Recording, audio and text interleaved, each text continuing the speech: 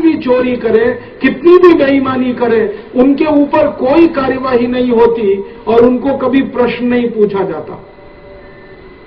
इस कारण से हो क्या रहा है, अंधाधुंध विदेशी कंपनियां घुसती चली जा रही हैं। मुझे कभी कभी ऐसा मन में घबराहट सी हो जाती है कि अभी थोड़े से उदारीकरण की और वैश्वीकरण की नीति सरकार ने चलाई और पिछले 15 वर्षों में 17 वर्षों में हजारों कंपनियां घुस आईं। अगर इस नीति को हमने जल्दी से पलट नहीं दिया, इस नीति को उल्टा नहीं किया या इसको रोका नहीं या इस पर रुकावट नहीं की, तो थोड़े दिन में तो और विदेशी कंपनियां घुस जाएंगी। आप बोलेंगे ये विदेशी कंपनियों के भारत में घुसने के पीछे लालच क्या है? मैंने बताया सबसे बड़ा लालच है यहां मुनाफा बहुत है। दूसरा सबसे बड़ा लालच विदेशी कंपनियों में जो है वो ये कि भारत के पास दुनिया का बहुत बड़ा बाजार है। दुनिया में भारत से बड़ा बाजार सिर्फ एक देश के पास है और उसका नाम है चीन। चीन के बाद दुनिया का सबसे बड़ा दूसरा बाजार हमारे पास है। आप जो है ना अंदाजा लगा सकते हैं कि भारत का बाजार कितना बड़ा है। दुनिया में यूरोप में 24 देश हैं, फ्रांस है, जर्मनी है, स्वीडन है, स्विट्जरलैंड है, डेनमार्क है, नॉर्वे, बेल्जियम, ब्रिटेन, ऐसे 24 देश हैं।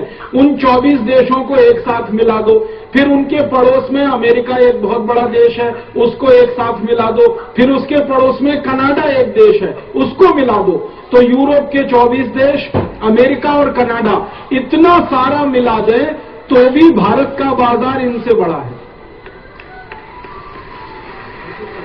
और चीन जैसे देश में, जापान जैसे देशों में सरकारें इतनी देशभक्त और राष्ट्रभक्त होती हैं, वहां के नेताओं के बारे में ये बात तो हम जरूर कह सकते हैं उनके सम्मान में, वो ये कि चीन और जापान के नेताओं में, कोरिया के नेताओं में, यूरोप के नेताओं में बहुत देशभक्ति है, राष्ट्रभक्ति है।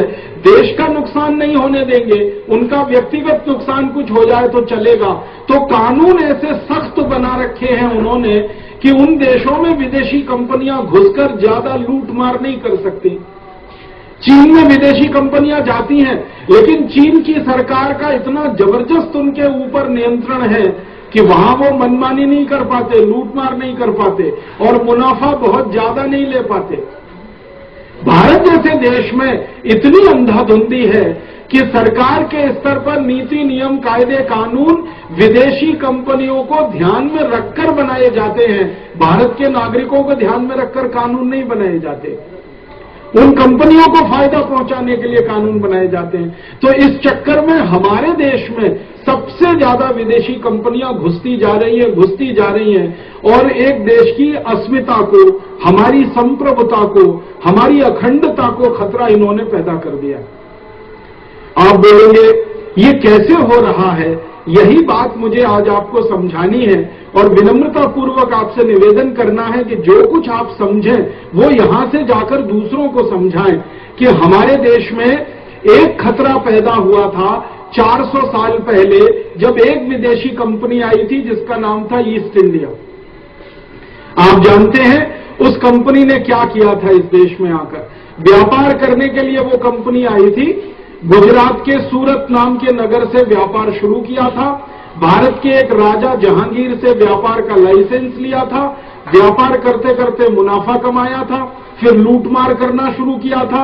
फिर लूटमार को स्थायी बनाने के लिए अपनी सरकार बनाई थी और उनकी अपनी सरकार बनाने के लिए पूरे देश को गुलामी में डाल दिया था।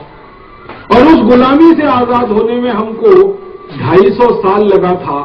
आप कल्पना करिए, एक विदेशी कंपनी आए और देश की आजादी 250 वर्षों के लिए चली जाए, तो अब तो 5000 से ज्यादा विदेशी कंपनी, देश की आजादी को फिर खतरा है। इसलिए आपको ये विषय गंभीरता से समझकर दूसरों को समझाना है। आपके मन में सवाल आएगा कि ये जो विदेशी कंपनियां आती हैं आखिरकार देश को क्या नुकसान करती हैं? सबसे बड़ा नुकसान जो हमारे देश को ये कंपनियां करती हैं कि यहां से पैसे लूटकर वो अपने देश में लेके जाते हैं। परम पूजनीय स्वामी जी थोड़ी देर पहले आपसे कह रहे थे ना कि वो पूंजी लेके आते हैं। पूंजी के मामले में उनका ये है कि वो $1 अगर भारत में लेके आते हैं और जिस साल उन्होंने $1 भारत में लगा दिया होता है व्यापार के लिए, उसी साल में $3 तो वो कमा के ले जाते हैं यहां से।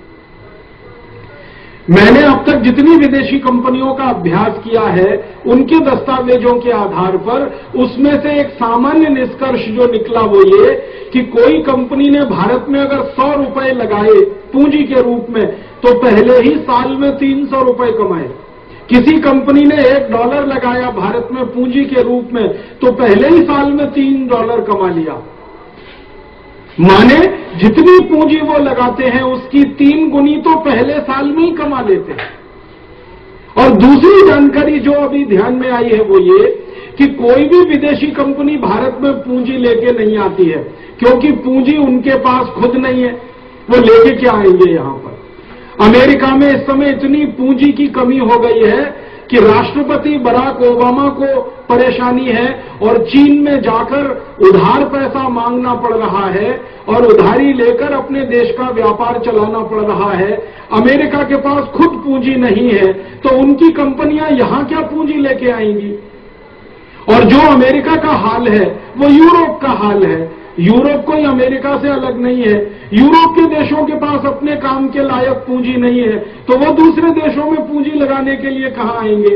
होता तो ये है कि यूरोप और अमेरिका की पूंजी की कमी को पूरा करने के लिए वो भारत में आते हैं और थोड़ी सी पूंजी लगाकर यहां से कई गुना ज्यादा लूट कर ले जाते हैं। मैं आपको कुछ नाम लेके उदाहरण से बताता हूं। हमारे देश में जो सबसे ज्यादा विदेशी कंपनियां इस समय व्यापार कर रही हैं वो अमेरिका से आई हुई हैं। उनमें से 2 कंपनियां हैं, एक का नाम है पेप्सी कोला और दूसरे का नाम है कोका कोला।